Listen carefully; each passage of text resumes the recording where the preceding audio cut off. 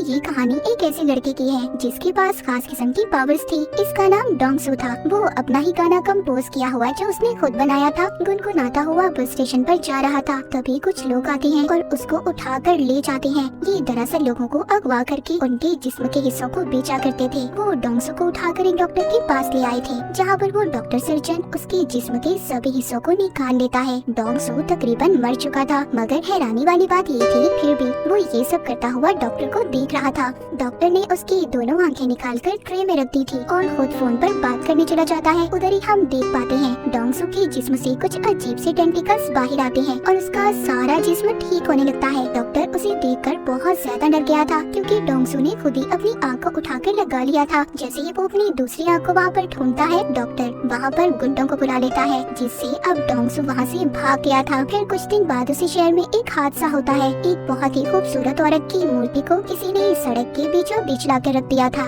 सब लोग उसकी तरफ देख रहे थे क्योंकि वो बहुत ज्यादा खूबसूरत थी। जैसे ही सब उसकी तस्वीरें लेने लगते हैं तो उस मूर्ति से खून टपक रहा था। यहाँ पर पता चलता है कि वो कोई मूर्ति नहीं थी, बल्कि जीता जागता एक इंसान था जिसको मूर्ति बना दिया गया था। आहिस्ता आहिस्ता ये खबर हर जगह पर फैल जाती है। वहाँ पर पुलिस भी आ गई थी। इंस्पेक्टर बहुत देर तक उसकी इन्वेस्टिगेशन करवाते हैं, जिसमें उन्हें पता चलता है कि उसमें पी और एन नाम के दो सिंबल्स हैं। वहीं पर हम डोंगसू को देखते हैं, जिसने अब अपनी एक आंख पर पट्टी बांध ली थी और अपनी दुख भरी जिंदगी जी रहा था। एक रात बैठा हुआ जब वो अपने ही बनाए हुए गाने की प्रैक्टिस कर रहा था, तो अचानक से उसकी आंख में दर्द होने लगा था। जो आंख उसकी गायब थी, उसको अचानक से एस्ट्रोलॉजी नजर आती है, जिसमें वो बिल्कुल वही लफ्ज देखता है जो उस मूर्ति के जिस्म पर बना हुआ था। उसको और भी बहुत सारी चीजें नजर आती हैं, जिससे ये पता चलता है कि डोंगसू की आंख किसी दूसरे आदमी के पास है। तभी डोंगसू ये सब देख पा रहा था जो वो आदमी कर रहा था। अगले दिन डोंगसू अपने काम पर जाता है, जो एक कबाड़ खाना था। तभी वहाँ पर कुछ लोग आते हैं जो उसके दोस्त को बहुत मार रहे थे। डोंगसू अपने दोस्त की मदद करने की कोशिश करता है, पर बेचारा खुद ही मार खा लेता है। उन्हीं में से एक आदमी डोंगसू को मारने के लिए चाकू निकालता है, पर डोंगसू उससे लड़ाई करता है और इसी उसमें बेचारे डोंगसू का कान कट जाता है, जो कि जमीन पर गिर गया था। ये देखकर सभी वहाँ से भाग जाते हैं। अब जैसे ही वो वहाँ से जाते हैं, डोंगसू अपना कान उठाकर अपनी अजीब खास किस्म की पावर्स ताकत से अपने कान को जोड़ लेता है। उधर ही वो लोग भी अब डोंगसू को ढूंढ रहे थे जो जिस्म के हिस्से बेचा करते थे। उन्हें पता चल चुका था कि डोंगसू का जिस्म और उसका एक एक हिस्सा बहुत खास है, क्योंकि उसे जितना भी जख्मी कर लो, काट लो, वो खुद ही जुड़कर ठीक हो जाता है। और ऐसे जिस्म की मार्केट में लाखों करोड़ों में कीमत है। लड़ाई खत्म होने के बाद डोंगसू अपने घर जाता है, जहाँ बैठा वो अपने गाने की प्रैक्टिस कर रहा था, मगर उसको गाने की लिरिक्स सही तरह से याद नहीं थी। वो दोबारा से सुनकर प्रैक्टिस करने लगता है। तभी उसको विजन एक ख्याल आता है। उसको उसी आदमी का ख्याल आ रहा था जिसके पास डोंगसू की दूसरी आंख थी। वो भी बैठा उसी का गाना सुन रहा था। तभी डोंगसू की आंख में दर्द होने लगता है, जिसके बाद डोंगसू ये फैसला करता है कि वहीं पर दोबारा जाएगा जहाँ पर उसे ले जाया गया था और अपनी आंख को ढूंढ लेगा। मगर वो लोग उसको पहचान लेते हैं जो उसके पीछे पड़े थे। वो उसको पकड़ने की कोशिश करते हैं। वो उनसे बचकर भाग रहा था, पर तभी उधर ली नाम की लड़की आकर उसे बचा लेती है। ली कहती है, मैं जानती हूँ तुम डोंगसू ही हो ना। जिसके बाद वो उसकी टांग पर अपना चाकू निकालकर एक कट मारती है और वो देखते ही देखते खुद ही ठीक हो जाता है। डोंगसू ली से बचकर वहाँ से भाग जाता है।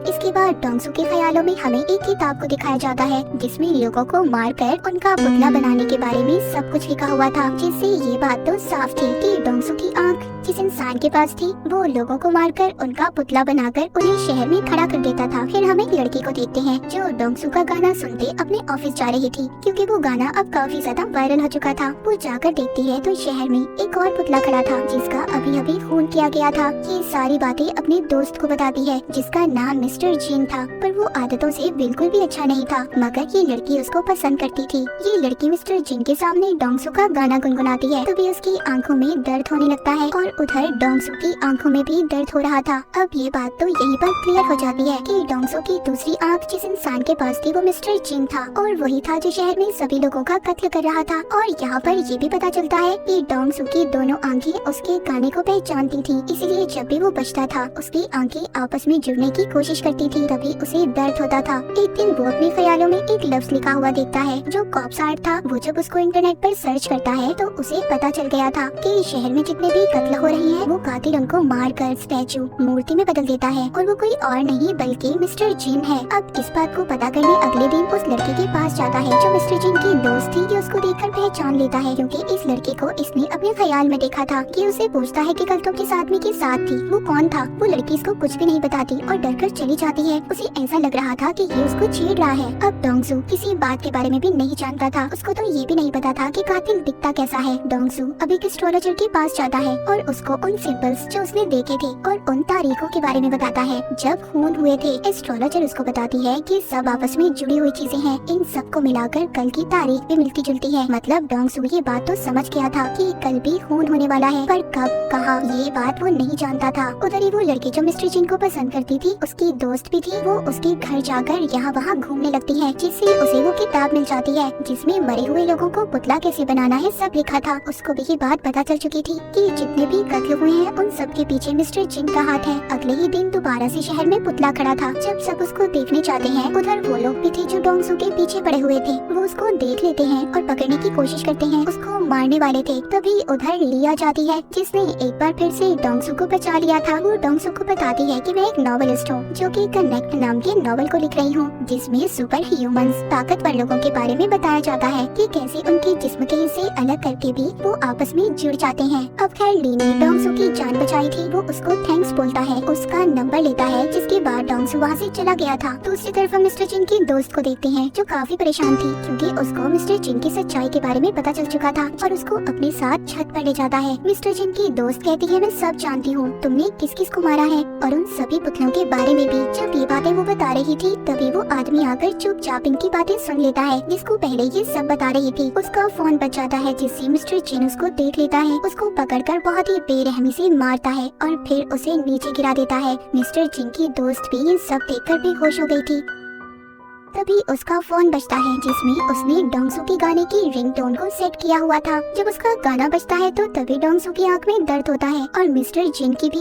इससे अब डोंगसू को ख्याल आता है और वो सब देख लेता है कि मिस्टर जिन ने दो लोगों को बहुत ही बेरहमी से मार दिया है। ये देखकर डोंगसू मिस्टर जिन के ऑफिस में आ गया था। वहाँ पर भी सबको कत्ल के बारे में पता चल चुका था। हर तरफ एक भगदड़ मच जाती है। वहाँ पर पुलिस भी आ चुकी थी। डोंगसू ने मिस्टर जिन का कोट देख लिया था, इसीलिए वो उसका पीछा करते बाथरूम तक जाता है, मगर उसने उसका चेहरा अभी भी नहीं देखा था। पुलिस आकर डोंगसू को पकड़ लेती है। उन्हें ऐसा लग रहा था कि डोंगसू ने ये कत्ल किया है। डोंगसू सबसे कहता है देखो मैंने कत्ल नहीं किया, कातिल तो बाथरूम में है। पर कोई भी डोंगसू की बातों पर यकीन नहीं करता। लेकिन ली उसको हम कैसे भूल सकते हैं। वो एक बार फिर आकर डोंगसू को बचा लेती है। उधर ही ऑफिस में मिस्टर जिन जो काफी परेशान था क्योंकि वो सोच रहा था कि छत पर तो हम तीनों के सिवा कोई नहीं था। जब वो बैठा डोंगसू का गाना सुन रहा था तभी उसकी आंख में दर्द होता है। अब उसको समझ आ चुकी थी कि सारे फसाद की जड़ उसकी ही आंख है जो ट्रांसप्लांट की गई है, यानी कि जो उसने लगवाई थी। इसका मतलब ये था कि जिसके पास दूसरी आंख है वो सब देख सकता है जो मिस्टर जिन कर रहा था। एक दिन डोंगसू ली को अपने घर लेकर जाता है और उसे सब कुछ बताता है। वो शुरू अपने बचपन से करता है कि कैसे वो एक दफा पेड़ से गिर गया था, उसकी एक टांग टूट गई थी, मगर वो खुद को ठीक हो गई, जिस वजह से मेरे सभी दोस्त मुझे मॉन्स्टर बुलाने लगे और मेरे घर वालों ने भी मेरा साथ छोड़ दिया। उस रात के बारे में भी बताता है जब इसको अगवा करके कुछ लोग ले गए थे और उन्होंने उसकी आंख को निकाल लिया जो मिस्टर जिन के पास है और वही है जो शहर में सबको मार रहा है। बस मैं उसको पकड़वाना चाहता हूँ, पर मैं उसके बारे में कुछ भी नहीं जानता। ली सब बातें सुनकर हैरान हो गई थी। वो कहती है तुम परेशान मत हो,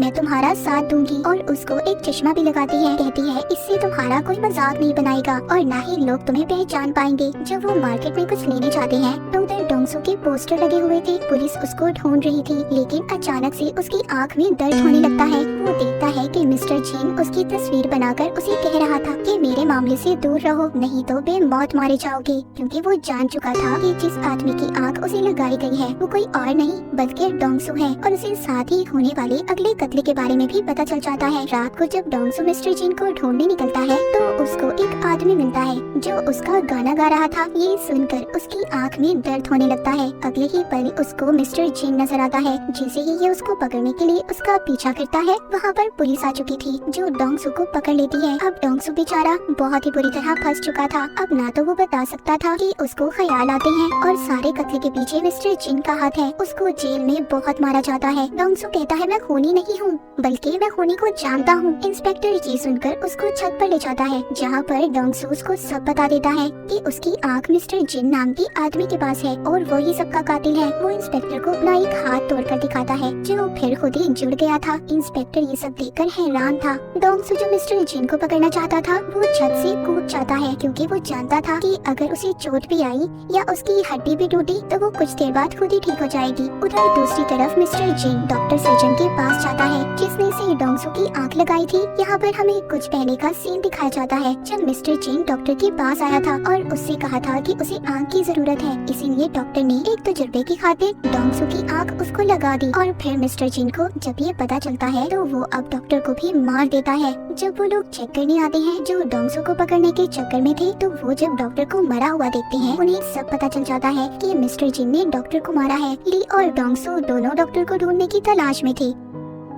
ली एक आदमी को देखती है जो उन्हीं लोगों ने डोंगसू के पीछे लगाया था, जो जिस्म के हिस्से बेचा करते थे। ली उसको पकड़ लेती है और उसे मार देती है। उधर दूसरी तरफ डोंगसू बहुत खुश था, क्योंकि उसका बनाया हुआ गाना उसका फेवरेट सिंगर लॉन्च करने वाला था। तभी मिस्टर जिन अपने फोन पर नंबर डायल करता है। डोंगसू भी उसे देख पा रहा था। यहाँ पर पहली बार दोनों की बात होती है। डोंगसू से पूछता है कि तुम लोगों को क्यों मार रहे हो। वो उसको बताता है कि मुझे कैंसर है और अगर इस बीमारी की वजह से मैं जिंदा नहीं रह सकता तो कोई भी इंसान जिंदा नहीं रहेगा। और तुम आगे आगे देखो मैं लोगों को कैसे मौत देता हूँ। वहीं पर अब ली के मारे हुए आदमी की लाश भी पुलिस को मिल गई थी और साथ ही साथ मिस्टर जिन के खिलाफ सबूत भी। जब ली डोंगसू से मिलती है तो वो अपनी गर्दन पर कट मारती है, जो देखते ही देखते खुद ही ठीक हो गया था। यानी कि इसका मतलब ये था कि ली भी कनेक्ट थी। वो कहती है शायद हम जैसे और भी लोग होंगे। दूसरी तरफ मिस्टर जिन डोंगसू जैसा बनकर उसी सिंगर के पास चला जाता है जिसने डोंगसू को बुलाया था। उस सिंगर को वो मार कर अगवा कर लेता है और साथ ही डोंगसू को धमकी देता है कि अगर रात तक वो उसके पास नहीं आया तो वो सिंगर को मार देगा। पर वो लोग डोंगसू को पकड़ लेते हैं जो उसके पीछे पड़े थे, जो ऑर्गन्स यानी कि जिस्म के हिस्सों को बेचा करते थे। ली उसे कहती है तुम जाओ, इन्हें मैं संभाल लूंगी। ली उन गुंडों का मुकाबला करती है, पर जब एक आदमी उसके चेहरे पर कट मारता है जो खुद ही ठीक होने लगता है। ये देख कर वो लोग बहुत खुश हो गए थे कि पहले तो सिर्फ वो डोंगसू ही था, पर अब ये लड़के भी जिन्हें बेचकर ये बहुत सारे पैसे कमा सकते थे। लेकिन देखते ही देखते ली उन पर भारी पड़ रही थी और वहाँ से भाग जाती है। उधर पुलिस को भी मिस्टर जिन के खिलाफ सारे सबूत मिल चुके थे।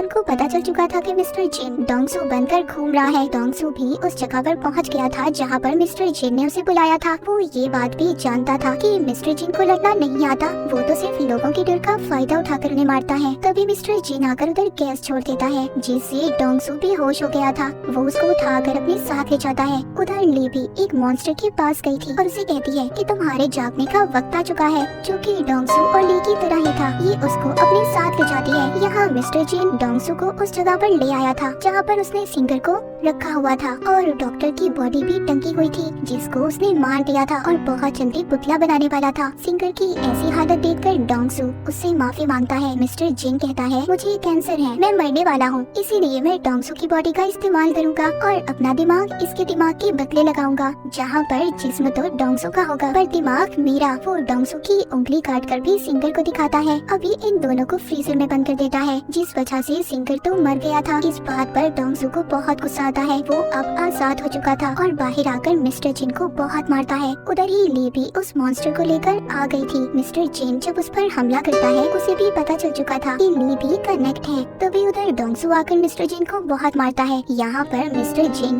डोंगसू पर लगातार गोलियां चला रहा था, पर वो तो ठीक होता जा रहा था। डोंगसू ने मिस्टर जिन से अपनी आँख को भी छीन लिया था और उसे मारने वाला था। तभी उधर पुलिस इंस्पेक्टर आ जाते हैं जो डोंगसू को मारने से मना करते हैं। इंस्पेक्टर उससे वादा करते हैं कि मैं तुम्हारा सारा रिकॉर्ड मिटा दूंगा, अपनी जिंदगी की नई शुरुआत करनी चाहिए। अब ली और डोंगसू को ये लग रहा था कि सब कुछ ठीक हो गया है, वो जाने वाले थे। तभी ये देखते हैं वहाँ पर बहुत सारे मिलिट्री के हेलीकॉप्टर आ जाते हैं। अब उन्हें भी कनेक्ट के बारे में पता चल चुका था, जहाँ पर वो इन दोनों को पकड़ लेते हैं। अब आगे की कहानी क्या होगी, मिलिट्री वाले इनके साथ क्या करेंगे, ये तो हमें सीजन 2 में ही पता चलेगा। तो सीजन 1 की कहानी यहीं पर खत्म हो जाती है।